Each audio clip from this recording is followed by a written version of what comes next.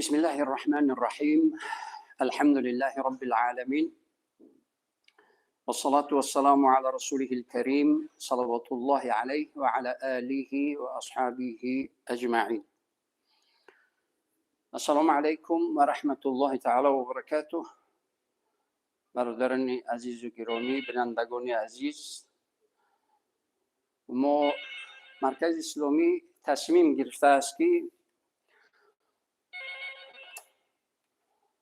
لبه علیکم السلام. برادر عزیز، شما یک 20 دقیقه بعد ما برنامه را فعلا آغاز کردیم.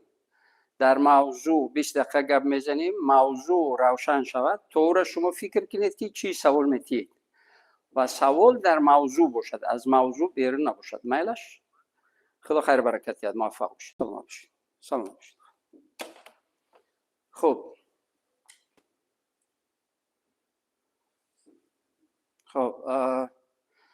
مرکز اسلامی تصمیم گرفته است که در موضوعهای مبرم روز صحبت ها داشته باشیم. از جمله از بس که شکایت ها یا سوال های خیلی زیاد در موضوع زن و شوهری زیاد آمده است، شخصا من تصمیم گرفتم که در معامله زن و شوهری صحبت داشته باشم.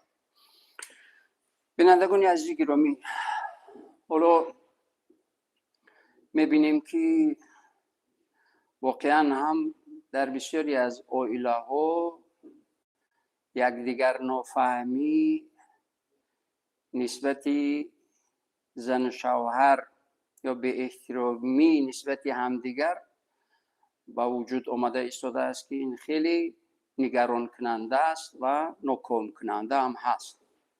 چرا که ناجوری پدر و مادر این یعنی چی هست؟ ناکامی فرزندان است. از همین نقطه نظر ما قبل از همه ما در موضوع معامله زن و شوهر که کامیابی فرزندان از معامله نیکی پدر و مادر سرچشمه میگه و منشأ میگیرد، ما خواستیم در همین موضوع گپ زنیم. و از همه بینندگان عزیز گرامی خواهش میکنم که 20 دقیقه اول صحبت شما تلفن نکنید، بسیار خواهش، تا اینکه ما موضوع رو کشاده کنیم، اطراف موضوع یک روشنی اندازیم، موضوع تا یک اندازه روشن شود. در این مدت شما فکر کنید که چی سوال میدهید و کدام سوال مهم است. سوالای مهمی که برای بینندگان عزیز و گرامی هست، اون سوالا رو بدهید. در بعد 25 دقیقه یا 20 دقیقه برنامه ما با سوالها جواب میدیم. بسیار خواهش. خب حالا معامله زن و شوهری، ما همچون مسلمان برای همه ما نمونه عبرت این پیامبر گرامی اسلام صلی الله علیه و سلم است، یا اینکه شخصیت‌های بزرگی که در زندگی کامیاب شدند، مثل امام ابو حنیفه، مثل حضرت ابوبکر، مثل حضرت عمر، مثل حضرت عثمان، مثل حضرت علی. حضرت علی یکی از یعنی شخصیت‌های نمونوی در زندگی و در عائله و مناسبت با عائله و همسرشون، دختر پیامبر صلی الله علیه و سلم و رضی الله تعالی عنهما، یعنی بی فاطمه زهرا، چی معامله نیکی داشتن. اینا نمونه عبرت هستند. ما باید پیروی از اینا کنیم تا اینکه در زندگی کامیاب شویم. قبل از همه حالا پروردگار چی میگوید؟ قرآن چی میگوید؟ قرآن معامله زن و شوهری رو میگوید که استعیذ بالله و من آیاته ان خلق لكم من انفسكم ازواجا لتسكنوا الیها وجعل بينكم مودة ورحمة إن في ذلك لآيات لقوم يتفكرون. صدق الله العظیم. حالا معامله زن شوهری یا زن برای شوهر و شوهر برای زن رو پروردگار چی میگوید؟ پروردگار میگه یکی از معجزه های پروردگارتان این است که برای شما از جنس شما همسر یا زن یا شوهر آفریدم. ولی این زن برای شوهر و شوهر برای زن باید چگونه باشد؟ چی باشد باید؟ مصدر و سرچشمه آرامی، خاطر جمعی باید باشد. لتسکنوا الیها، تا اینکه یک زندگی آرام، زندگی آسوده و زندگی یعنی خاطر جمعانه داشته باشید. زن برای شوهر و شوهر برای زن، این خاطر جمعی در زندگی هست. این آیه کریمه. حالا در اصل از نقطه نظر دین مبین اسلام این معامله زن و شوهری معامله گذشته است. فراموش نکنید بینندگان عزیز گرامی، معامله زن و شوهری معامله گذشت کردن از همدیگر است. اگر این معامله گذشت، اگر این معامله اگر همچون معامله گذشت مناسبت نکند طرفین، این دوام نمیکند، طرفین رو چیز یعنی به ناکامی میبرد. برای همین یعنی باید چکار کند؟ باید حتمی در زندگی باید گذشت داشته باشند. اگر میخواهند که زندگی خوبی داشته باشند باید گذشت داشته باشند. برای همین حالا پروردگار میگه که این زندگی زن و شوهری برای شما چی هست؟ آرامیش و آسودگی و خاطر جمعی. گذشته از این چی؟ باز میگوید که من در باطن و ضمیر و قلب شما هم مهر و محبت و هم رحم شفقت آفریدم. و خاطر چی؟ و خاطری که ان همون زندگی آسوده و سعادتمندانه یعنی شما داشته باشید، من در باطن و قلب شما مهر و محبت و رحم شفقت آفریدم. بینندگان عزیز گرامی، حالا چرا پروردگار مهر و محبت و رحم شفقت در الوهیدگی ذکر میکنه؟ به خاطر که زندگی پست و بلندی دارد، زندگی خوشی ها دارد، زندگی وزنینی ها دارد. یعنی با خوشی هایش نه زن نه شوهر، نه زن نه مرد باید مغرور نشود. خب نه به وزنینی هایش مایوس و ناامید نشود. اصلا مسلمان چی زن چی شوهر هیچ وقت باید که مایوس و ناامید نشود. بنده به امید است. مسلمان همیشه باید به امید زندگی کند که پروردگار یعنی پروردگار حتمی در فکری من هست. پروردگار همچنانی که برای من رزق میدهد، برای من یعنی عمر میدهد، برای من نفس میدهد و همیشه زیر نظارت رحمت الهی هستم. بعضی از مشکلی ها که آمد باید که این مشکل حتمی دیگر این مشکلی برطرف میشد. هر بیماری شفایابی دارد، هر بیماری دوامش چی هست؟ شفا هست. هر وزنینی سبکی ها دارد. باید مسلمان این رو فراموش نکند که در زندگی هم اگر کدام مشکلی اومد این مشکلی به اجر هست، هیچ وقت باید این ناامیدی رو نکند. هر مشکلی که در زندگی اومد پس از او حتمی کامیابی های سعادتمندی های و بخت و سعادت یعنی پروردگار میدهد. چرا انیق میدهد؟ میگویم میدهد پروردگار به خاطری که پروردگار وعده خلاف نیست. پروردگار هیچ وقت وعده خلافی نمیکند. مادامی که میگوید به وعدهش خلاف نمیکند. انسان ها هستن که به وعده هایشون خلاف میکنند، اما پروردگار وعده خلافی نمیکند و پروردگار وعده خلاف نیست. حالا پروردگار چی میگوید؟ استعیذ بالله فإن مع العسر یسرا إن مع العسر یسرا. هر مشکلی در زندگی چندین آسودگی هایی دارد. حتی اگر در همون معامله زن و شوهری هم اگر مشکلی به وجود آمد، نتیجه و خلاصه و پیامد این مشکلی ها رو از سعادت و برکت و عزت از فرزندانت پروردگار برایت برمیگرداند. از زن آسودگی ندیدید، از فرزندایی که از همون زن به دنیا آورد پروردگار، از همون فرزندان آسودگی میبینید. یا این که از شوهر آسودگی ندیدید، همون فرزندایی که از اون شوهر شدگی از پروردگار چقدر عزت و برکت و سعادت زیاده از این چیز، از این یعنی فرزندان برایت میدهد. برادر عزیز، ما آگاه کردیم که بعدی 25 دقیقه یعنی 11 بعد 11 شما زنگ بزنید. فعلا ما در یعنی روشن کردن موضوع هستیم. تا اون وقت شما گوش کنید، موضوع خوب روشن شد بعد سوال شما را پاسخ میدیم. خدا خیر برکت، موفق باشید، سلامت باشید. خب حالا چرا بگید که چیز وجعل بینکم موده و رحمه، در بین شما هم مهر و محبت و هم رحم و شفقت در قلب شما من جای کردم. زندگی زن و شوهر مسلمان باید در اساس همین مهر و محبت و رحم و شفقت باشد. همیشه باید یکی از واجبات دینی مرد خصوصا و زن هم واجبات دینیش این است که هر وقت اظهار محبت نسبت همسرش کند. بگوید زنش رو بگوید که دوستت می‌دارم، زیبا هستی دوستت می‌دارم، و شوهر رو بگوید که مردک جون دوستت می‌دارم. می‌خواهید در زندگی کامیاب شوید، می‌خواهید که در تربیت فرزندان کامیاب شوید، دیگر راهی دیگر نیست. اگر دوست هم نداشتید باید بگوید که دوست می‌دارم.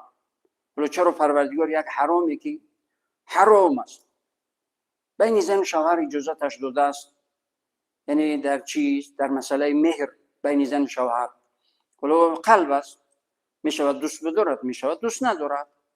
لیکن مبادا اگر دوست نداشتید هرگز نگویید دوست نمیدارم. اگر گفتید دوست نمیدارم طرف زن، تمامی نمود خیانت رو شما چیکار کنید؟ شما انتظار شوید. تمامی نمود خیانت آمدنش ممکن است به خانه. در نتیجه این واقعیت هست.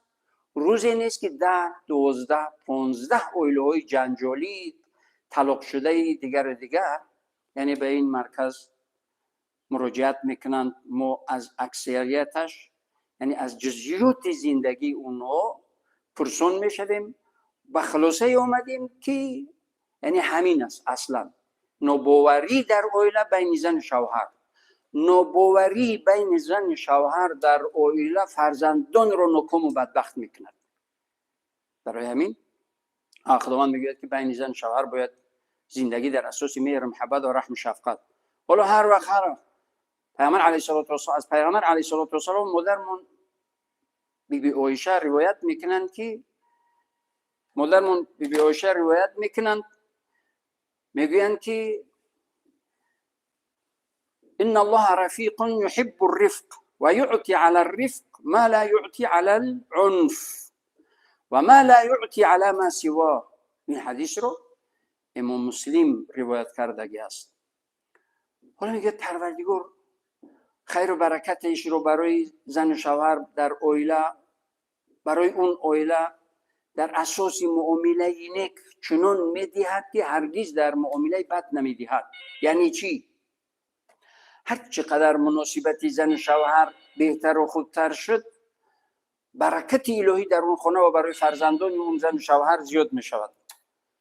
یعنی وقتی که معامله نیک شد، خیرخواه شدن نسبت همدیگر، پروردگار خیر و برکتش رو در اون خانه میریزاند.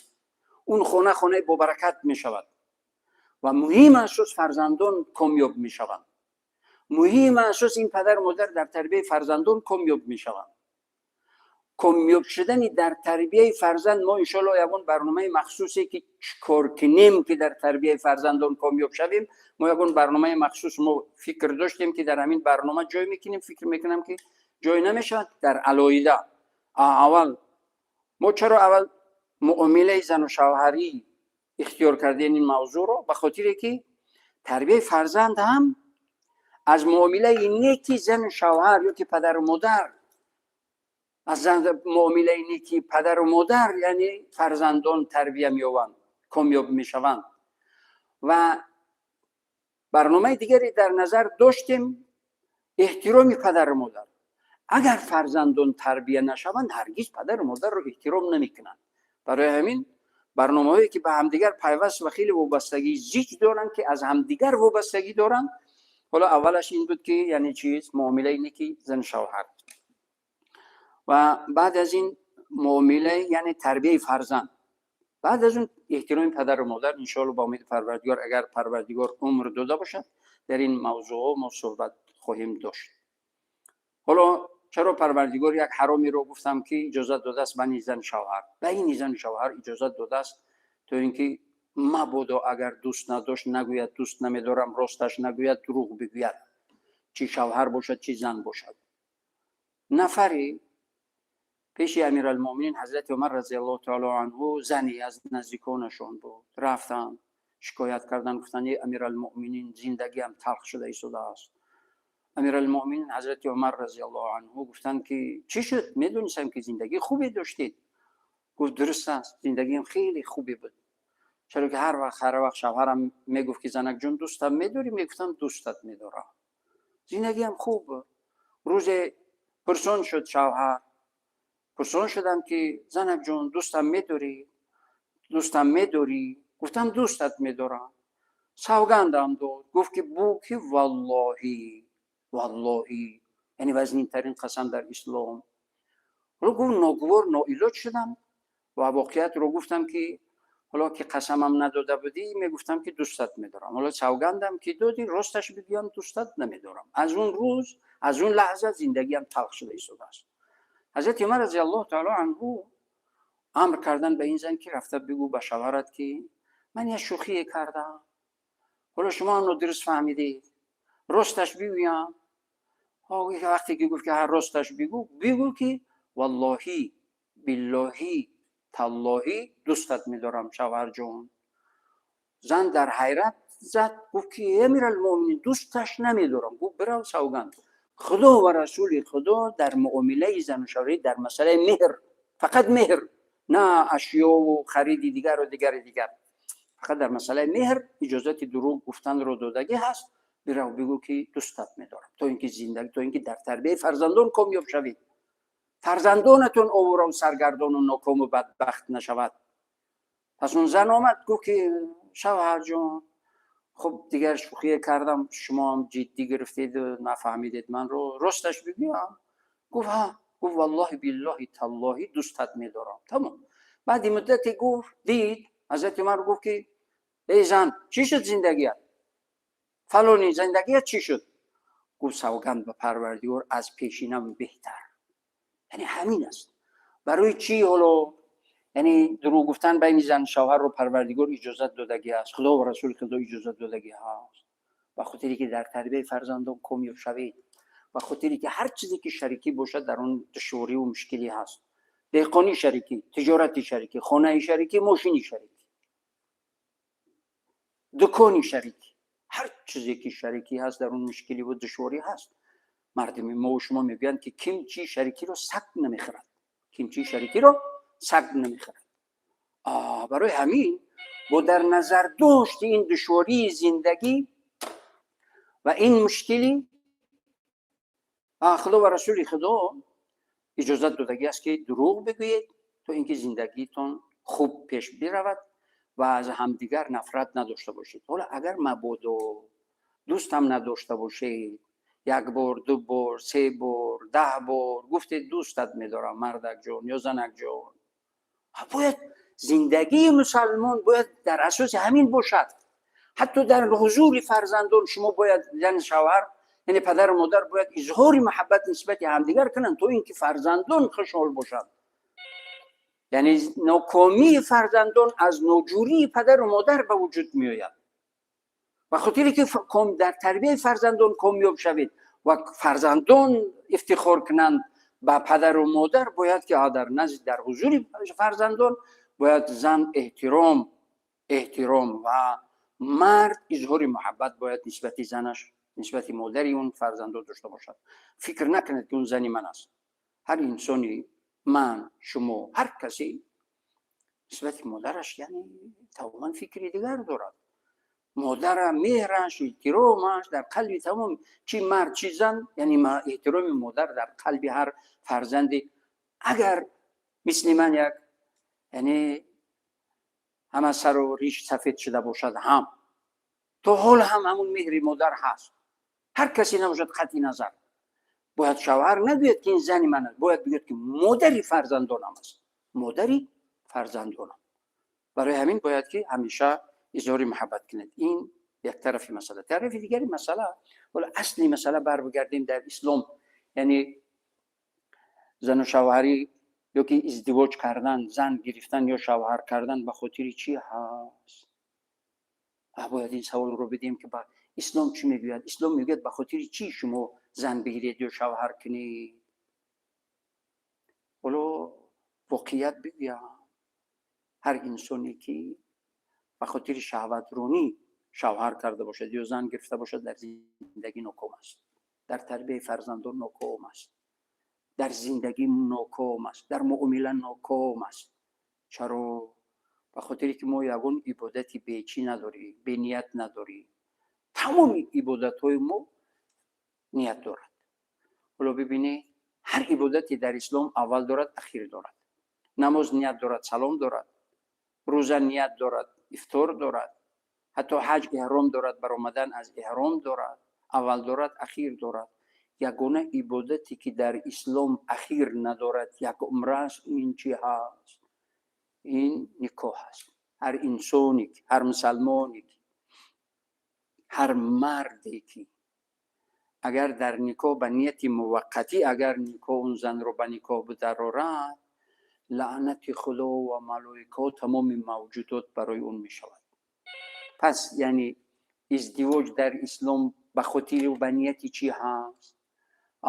عروس قبل از اون که بگه تن نفسم بخشیدم یا که فلان وکیل کردم یا دیگر باید بگه پروردگارو من این شوهر میکنم، تکیه و توکل و امید به خودت، به نیتی که چند فرزندی صالح و نیکی سبب روشنایی چشم افتخارم در دنیا و آخرت نصیبم بگردانی. توکل به خودت، بسم الله الرحمن الرحیم، تن نفسم بخشیدم. چون که این عبادت هست. عبادت یک عمره هست. وقتی که کامیاب شود انسان باید که نیتش رو نیک کند. حالا شهم که باشد قبل از اون که بگید خواستم قبول کردم، بگید که پروردگار همه تکیه و توکل و امید به خودت، من ازدواج میکنم، این زن رو به نکاح هم میدرارم، پروردگار رو به امید خودت، به نیتی که چند فرزندانی نیکی عطایم نمایی، چند فرزندانی نیکی که عطایم نمایی، سبب روشنایی چشم و افتخار دنیا و آخرت برایم باشم. با این نیت باید ازدواج کند جوانی مسلمان، چی عروس چی شه. یعنی ما یکون عبادتی به نیت نداریم و نکاح ازدواج این عبادت یک عمره است که هر لحظهش اجر و پاداش دارد و هر آسودگی هایش که خوشی هایی که میبیند چی زن چی شوهر شکر میگوید، این یعنی اجر و پاداش دارد. هر مشکلی هایی که این زندگی دارد که به مشکلی نمیشود صبر میکند، میگه پروردگارو هزار بار صبر و هزار بار شکر الحمدلله، این اجر دارد. این به اجر نیست. اجرش چی هست؟ اجر میگیم چی یعنی؟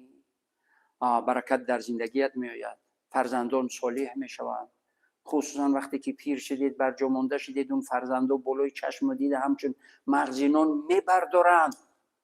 در نتیجه شکر گفتن صبر کردن، در نتیجه گذشت کردن. حالا آیت خلاصه می شود پروردگار چی میگوید؟ حالا گفتیم که هر وقت یعنی در چیز اظهار محبت کردن. پیامبر صلی الله علیه و در حدیث مبارک میگویند که لقمه ای رو زن یا که شوهر در دهان همسرش، چی شیرینی باشد، چی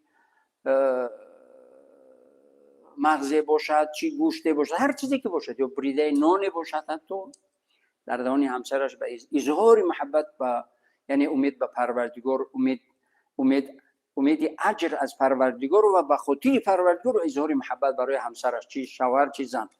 این لقمه رو میگذارد پروردگاری ذره‌گیر، فمن یعمل مثقال ذره خیرا یره، این ذره رو میگیرد، جمع میکند، جمع میکند، زیاد میکند، مثل کوه احد به صاحبش برمیگرداند در روزی سختی، در روز قیامت.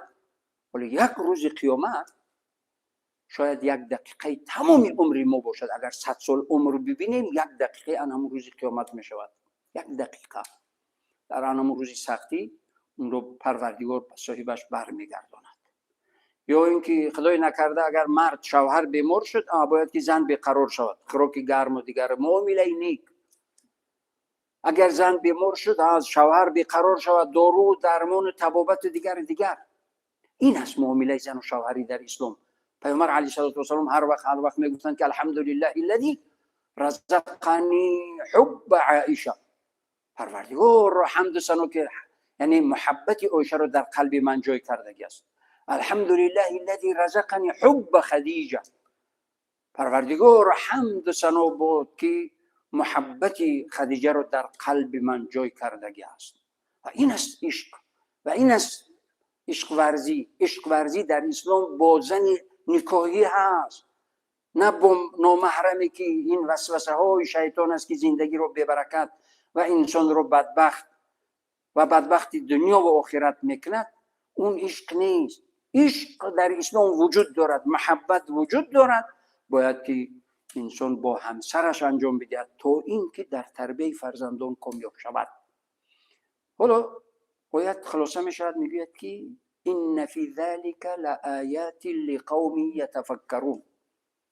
کی هست که خانه‌اش رو خشخانه دائمی، توی خانه دائمی خانه‌اش رو جنت میکنه؟ اونی که از روی عقل، نه از روی خودخواهی و بدخواهی و بدبینی و دیگر زندگی کند، از روی عقل، فراست، خیرخواهی زندگی میکند، خانه‌اش همیشه خشخانه و توی خانه دائمی است. و کی هست میگوید که خانه‌اش رو ماتم خانه و به جهنم و به عذاب و به چیز و ماتم خانه تبدیل میدهد؟ کسی که از روی بدخواهی زندگی میکند. خلاصه یعنی خوشبخت‌ترین زن شوهر کی هستند در زندگی؟ خیرخواه‌ترین زن شوهر نسبت همدیگر. بدبخت‌ترین زن شوهر کی هستند در زندگی؟ بدخواه‌ترین زن شوهر در زندگی. و این یک چند ملاحظه در معامله زن شوهری از روی گفته‌های خدا و رسول خدا من شرح دادم. حالا نوبتی من بسیار عذر میخوام که چند نفری رو من عذرخواهی کردم، گفتم که بعدی 20-25 دقیقه سوالای شما را قبول میکنم و بعضیشون رو خاموش کردم. عذر میخوام. حالا ما حاضر هستیم که به سوالهای شما جواب بدهیم. مرحمت. لبی لبی جون. الو لبی جون. لبی جون گپ زنی. سوال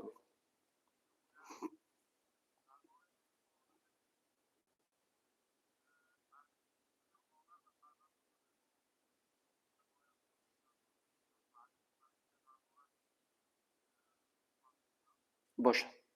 قبول است. حتمی ان شاء الله. خدا خیر برکت موفق باشید.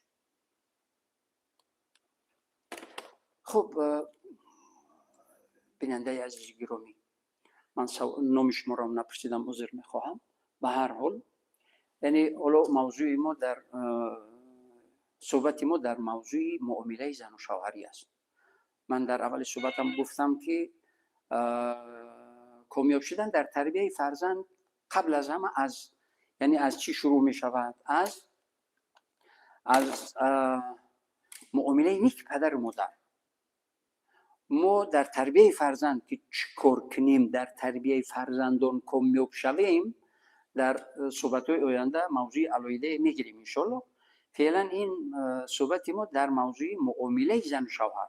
لیکن ما چیکار کنیم که در تربیت فرزند کامیاب شویم؟ قبل از همه باید بین زن و شوهر احترام باشد.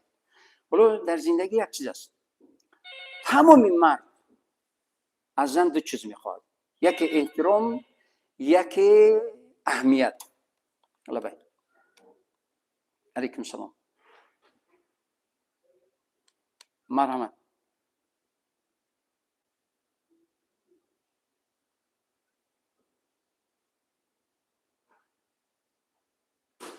بله سلامت باشید. خدا خیر برکت. سلامت باشید. موفق باشید. خدا خیر پاداشید. سلامت باشید. خب تمامی مرد، چی جوان، چی میان عمر، چی کلان شد، در زندگی از زن دو چیز میخواد، یکی احترام، یکی اهمیت. اهمیت به چیزای خریدگیش، به سر لباسش، به خانهش، به جای خوابش، به هم اهمیت دادن. زن یک چیز میخواهد، فقط مهر و محبت. مادامی که این در بین زن شوهر به وجود آمد، در تربیت فرزند کامیاب میشود انسان. فرزند وقتی که حالا من در اخیر اولی صحبت گفتم که خوشبخت‌ترین زن شوهر، خیرخواه‌ترین زن شوهر نسبت همدیگر است. در تمام امور زندگی باید کامیاب و موفق میشوند.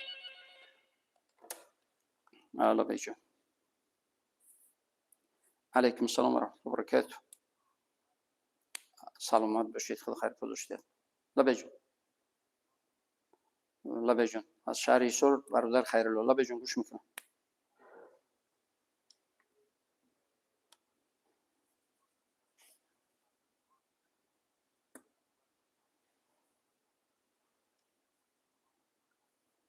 خدا خیر پاداشتون. تیت سلامت باشید. مقصدی مرکز اسلامی هم همین است. خدا همیشه شما رو خرسان نگه دارد. لبه جان.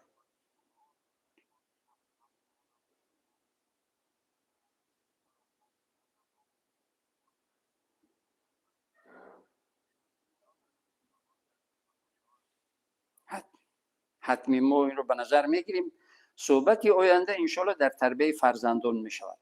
حتمی صحبت آینده.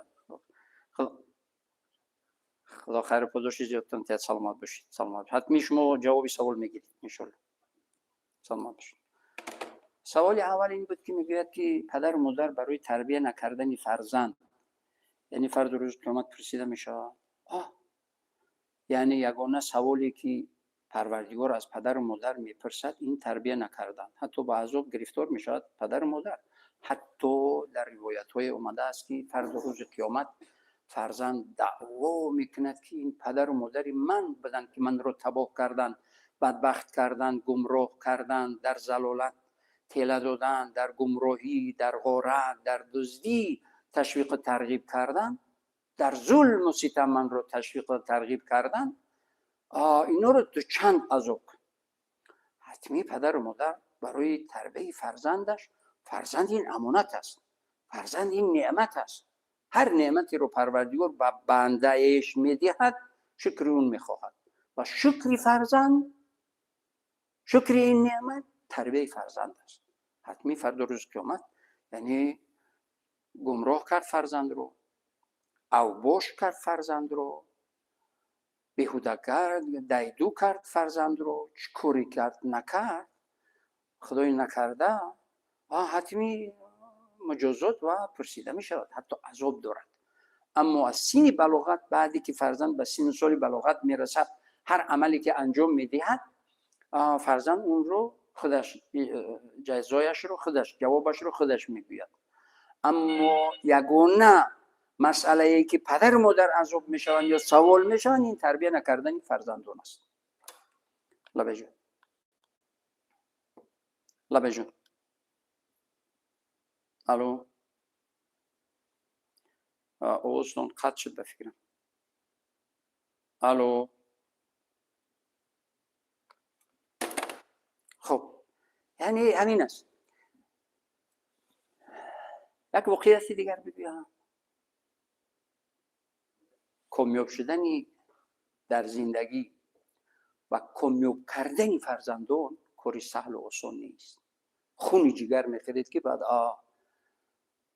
خیلی سعی و تلاش میکنید که در تربیت فرزند کامیاب شوید و بیهودگی و غافلی و بی‌پروایی و دیگر هیچ وقت انسان در تربیت فرزند کامیاب نمیشود.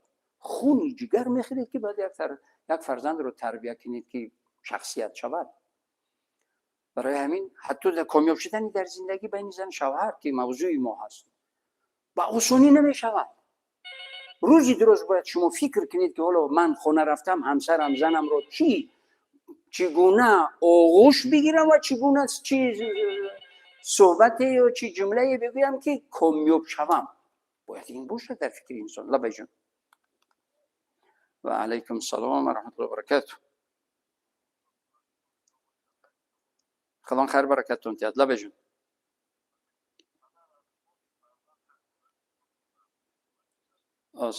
سلامت باشید. حتمی جواب میدم. سلامت باشید. آمین. سلامت باشید. خب. پدر برادری سوال میکند که پدر حق دارد از مالی فرزندان استفاده کند. حق دارد. پدر تا اندازه ضروریات زندگیش حق دارد که به اجازت فرزند از اون مال فرزند استفاده کند. اما از زیادتی که از مال فرزند بگیرد با کدام دوستش، همکورسش، نمیدونم که رفیقش یا دیگر بدهد، نه، در این حق ندارد. اما هر چیزی که ضروریات زندگی از خوردنی، پوشیدنی، سوارشوی، خانه که در اون یک زندگی یا که شرایط زندگی وجود داشته باشد، پدر موافق شریعت حق دارد که از اون چیکار کند؟ استفاده کند. این حق پدر. اما برای فرزندان، برادران عزیز، تجربه و حیات زندگی اثبات کردگی است که وقتی که فرزند مالش رو برای پدر یا مادر دریغ نمی‌دارد، خداوند عزوجل چند صد برابر زیادتی برای اون خیر و برکت می‌دهد و عزت و برکت و سعادت رو از فرزندانش می‌بیند. تجربه حیات و زندگی اثبات کردگی است که هر کسی که پدر و مادر احترام کرد، عزت و برکت دید و هر کسی که آزار داد، ضرر و خور و ذلیل شد. ضرر دید و خور و ذلیل شد. این معامله فرزندی و پدر و مادری خیلی معامله حساس و نازک است. من یکی از علما، از دانشمندانی که با اون صحبت داشتم که متاسفانه در زندگی ناکام هستند، علم دارند، تقوا دارند، یعنی پرهیزگاری دارند، قیام یا نمازهای شب دارند، همه رو دارند، لیکن در زندگی در معامله با فرزندان و با عائله ناکام. از زبان خودشون گفتن من نصیحتی پدر رو نگرفتم، یا به عبارت دیگر پدر آزار دادم، برای همین به چشم سر دیده ایستادم. شما در حیرت نمانید.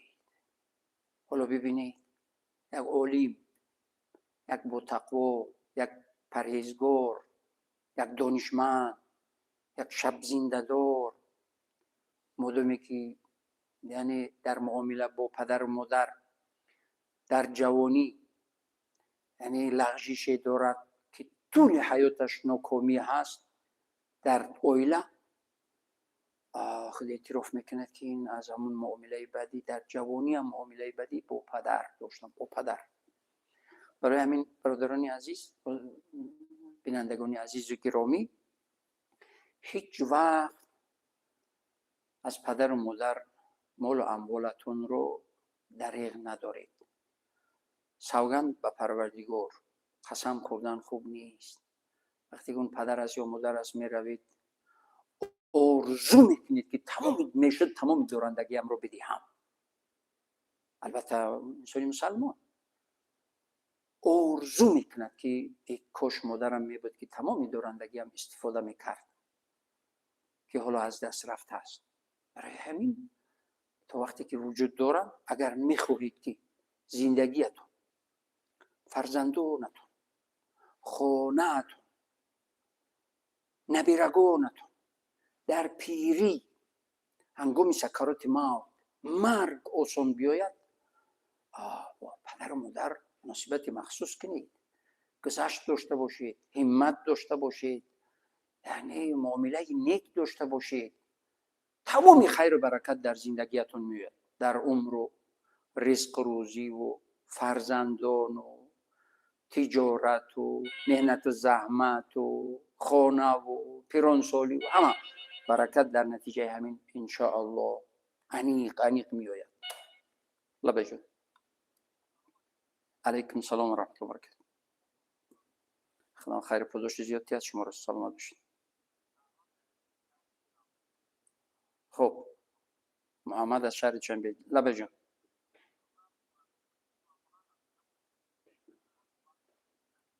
خدا خیر برکت جان. ما هم کوشش میکنیم که به منفعت باشد، یعنی انشالله خدا همچنین یک عبادتی که برای خود ما و برای همه بینندگان ما مفید و منفعتناک و با اجر و پاداش باشد انشالله. با امید همین ما این برنامه میگذرونیم. لبه جان.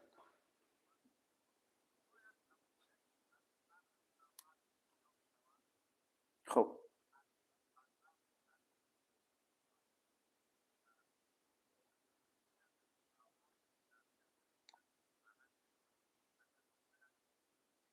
روشنی.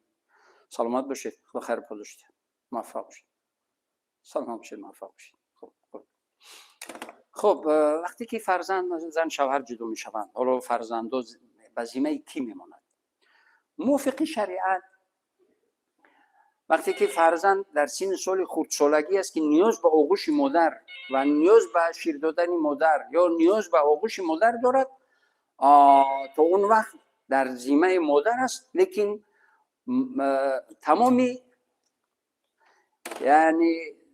تمامی صرف و خرجش رو پدر میکند. با مادر هم که باشد موافق شریعت، یعنی موافق شریعت. ولو فرزند خردسال است، پدر نمیتواند سرش تکند اون رو، پدر نمیتواند یعنی بجا بیارد، یعنی شستشو خردسال است کودک، وظیفه مادر است.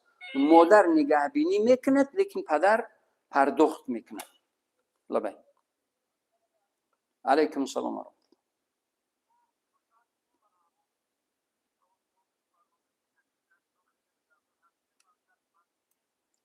خدا خیر برکتتون کرد. از شهر پنجکین شما کی هستید میبخشید؟ از شهر پنجکین شما کی هستید میبخشید؟ امین جان. برادری عزیز امین جان، سوال چی بود؟ حق حقوق زن در اویله. تمام. سلامت باشید. موفق باشید. خیلی خیر برکت. خب. یعنی موافق شریعت اسلامی حقوق زن در اویله، که حقوق زن بالای شوهر. زن حق دارد و مرد هم حق دارد و حق زن خوردنی هایش، پوشیدنی هایش، مکان زیستش که باید شرایط داشته باشد در خانه، یعنی شرایطی این ضروریات زندگی رو داشته باشد در زندگی. این حق زن است. معامله نیک و اظهار محبت. لبه. علیکم السلام و رحمت الله و برکاته.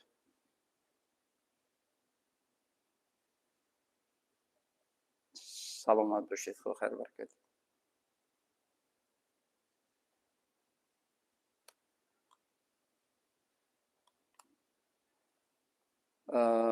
برادر عزیز از روسیه زنگ میزنید. یک کمی آوازتون پیچیده نفهما هست. یک آروم صحبت کنید که من بشنوم که چی میگید.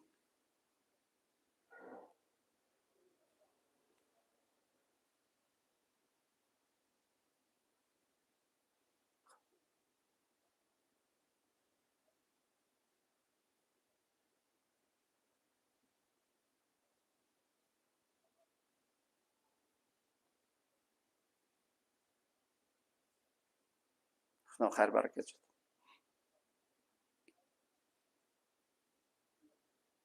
انشالله با امید پروردگار.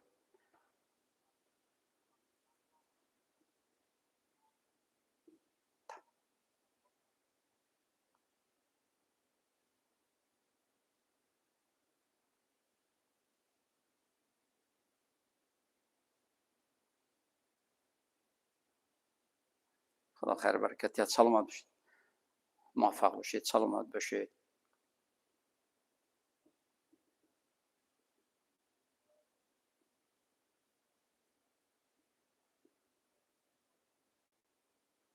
خدا خیر بر، موفق باشید، سلامت. تمام موفق باشید، سلامت باشید. خدا خیر برکت. سلامت باشید، موفق باشید. برادری عزیز از روسیه میگوید که من یعنی سابقه یکی از دوستان و شناسای شما هستم و برنامه خیلی برنامه مفید است. جوانای ما نیاز به همین گونه برنامه ها دارن، به خاطری که جوانای ما به هر گروه های افراطی نروند، باید این گونه برنامه ها باشد. خب درست است. اگر مرکز اسلامی یا خادمان دین خیرخواه جوانان ما را راهنمایی به سوی هدایت که پروردگار هدایت میکند، اگر علما و دانشمندان خیرخواه ما جوانان ما را اگر پند و اندرز و نصیحت نکنند، یعنی گروه های بدخواه حتمی کاری خود را انجام میدهند و جوانان ما را جلب میکنند و بر راه های بد میبرند. و برادرم ازوری خوشحالی میکند که شما سالم هستید. الحمدلله. هیچ چیزی بی اجر نیست. تمام نعمتی که ما در زندگی داریم شکر میگیم الحمدلله، خدا را شکر.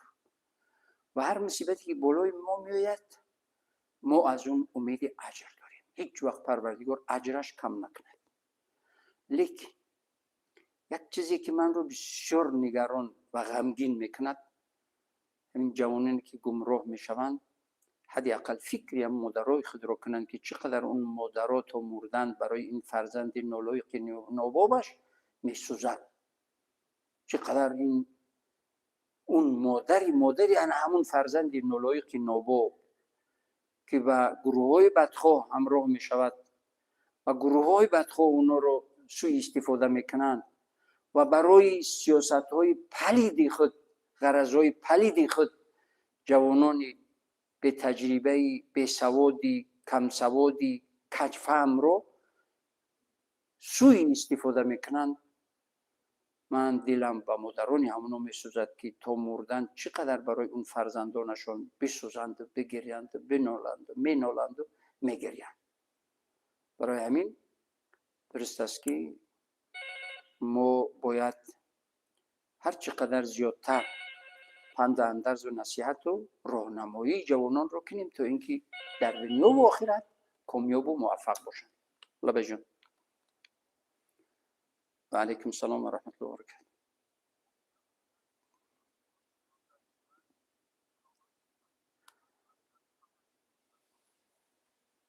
محمد یوسف از ناحیه سینا. سلامت باشید، خدا خیر برکت. سلامت باشید. الله بجون. گوش میکنم سوال.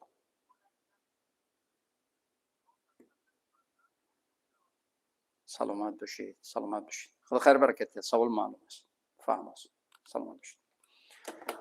خب محمد یوسف از شهر دوشنبه از ناحیه سینا گفت. با فکرم میگوید بسیار خوشحال هستم که شما رو باز در منبرها میبینم یا که صحبت شما رو میشنوم. الحمدلله. الحمدلله. با اون خدا را شکر میگیم که باز مهلت و فرصت داده است که به حدی توان به نیتی که من اجر بگیرم و شنونده در زندگی کامیاب شد، خصوصا جوانان کامیاب شوند در زندگی و سعادت دنیا و آخرت به دست بیارن. این رو من شکر میگم قبل از همه. و سوال این است، میگوید که چیکار کنیم که در تربیت فرزندان کامیاب شویم. برادری عزیز محمد یوسف اگر از اول صحبت من گوش میکردن، قبل از همه ولو با نیت نیک ازدواج کردن، لقمه حلال خوردن. ولو ما دعای سنتی داریم پیش از همخوابگی، پیش از لباس کشیدن و عریان شدن در معامله زن و شوهری، اللهم جنبنا من الشیطان و جنب الشیطان ما رزقتنا. پروردگار شیطان رو از ما دور و ما رو از شیطان دور. و اون چیزی که با ما از فرزند روزی میگردانی، شیطان و جین رو از یعنی از ضرر جین و شیطان فرزند ما رو حفظ کن. این دعا رو خوندن. لبی. علیکم السلام و رحمت الله و برکاته. رحمت سلامت باشید. خدا خیر برکت دهد. لبی جون. مرحمت.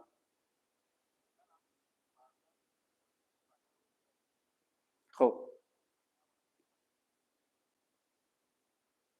سلامت باشید. خدا خیر بداشته. موفق باشید. سلامت باشید. خب. سلامت باشید. خب برادر میپرسن که موافق شریعت، موافق دین مبین اسلام، یعنی فرزند میتواند ازدواج کند با زنی که از شوهرش جدا شدگی است به اجازه پدر و مادر؟ خب موافق شریعت این درست است، چرا که اون هم تجربه زندگی دارد. خب اگر که ناکام هم شده باشد، از شوهر جدا شده باشد یا که شوهرش فوتیده باشد، به هر حال یعنی تجربه زندگی دارد. ولی این جوان هم که با اون زنی از شوهر برآمده به اجازتش پدر و مادر ازدواج کند، یعنی نکاحشون درست است. لیکن ما یک چیز رو باید به نظر بگیریم، یعنی روزگی پدر و مادر، وجود داشتن پدر و مادر، چی از اون زن باشد چی از این جوان، وجود داشتن در همون نکاح، در همون عقد، در همون معامله زن و شوهری، وجود طرفین خیر برکت زیادی میارد. خدای نخواسته ما در تجربه بپرسید شما ها، ببینید شما ها که در زندگی اونایی که پنهانی ازدواج کردن، پنهانی شوهر کردن، چی شدن؟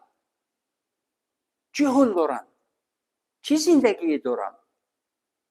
انسان باید عقل، انسان رو پروردگار عقل داده است. حالا ببینید پروردگار انسان رو عقل داده است، در نتیجه همین عقل انسان پیغمبر فرستاد، کتاب فرستاد، جهنم آفرید، جنت آفرید، حلال آفرید، حرام آفرید. همه این در نتیجه عقل انسان است. اگر انسان عقل نمی داشت این همه رو نمی آفرید، خلق نمی کرد. برای همین باید ببینیم که اونایی که پنهانی میکنن کارهایشون رو، برای چی پنهانی میکنن؟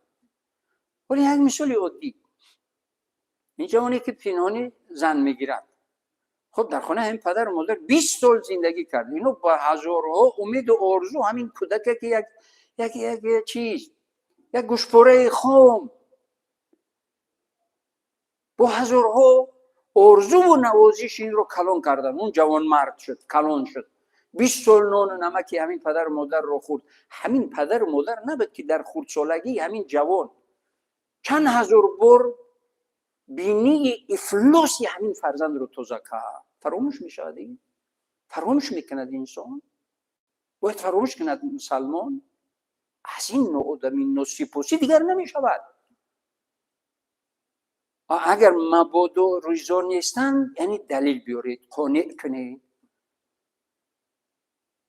تا اینکه روزگی پدر و مادر و حضور پدر و مادر در ازدواج بدنش برکت بیارد برای شما، در زندگیتون، در زندگیتون، در فرزندانتون، در آیندهتون برکت بیارن، تا اینکه فرد و فرزندان شما هم پنهانی از شما هر کاری رو انجام ندهند که سبب حسرت، ندامت و ناکامی و بدبختی شما شود.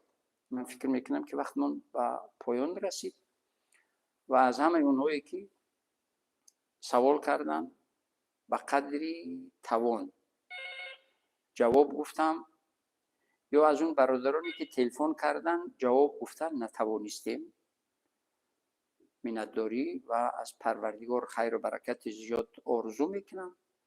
پروردگار همه عبادت های ما و شما و همه نیکی های ما و شما، که نیکی های ما و شما همه عبادت است، پروردگار به درگاهش قبول کند و سعادت و برکت و عزت دائمی این دنیا و آخرت نصیب روزی بگرداند. و حالا هم که تلفن زنگ زده ایستاده است، ما انشالله تلفن های لبه. علیکم السلام و رحمت الله و برکاته. الحمدلله سلامت باشید. خدا خیر برکت. مرحمت. از قمسنگیر لبه.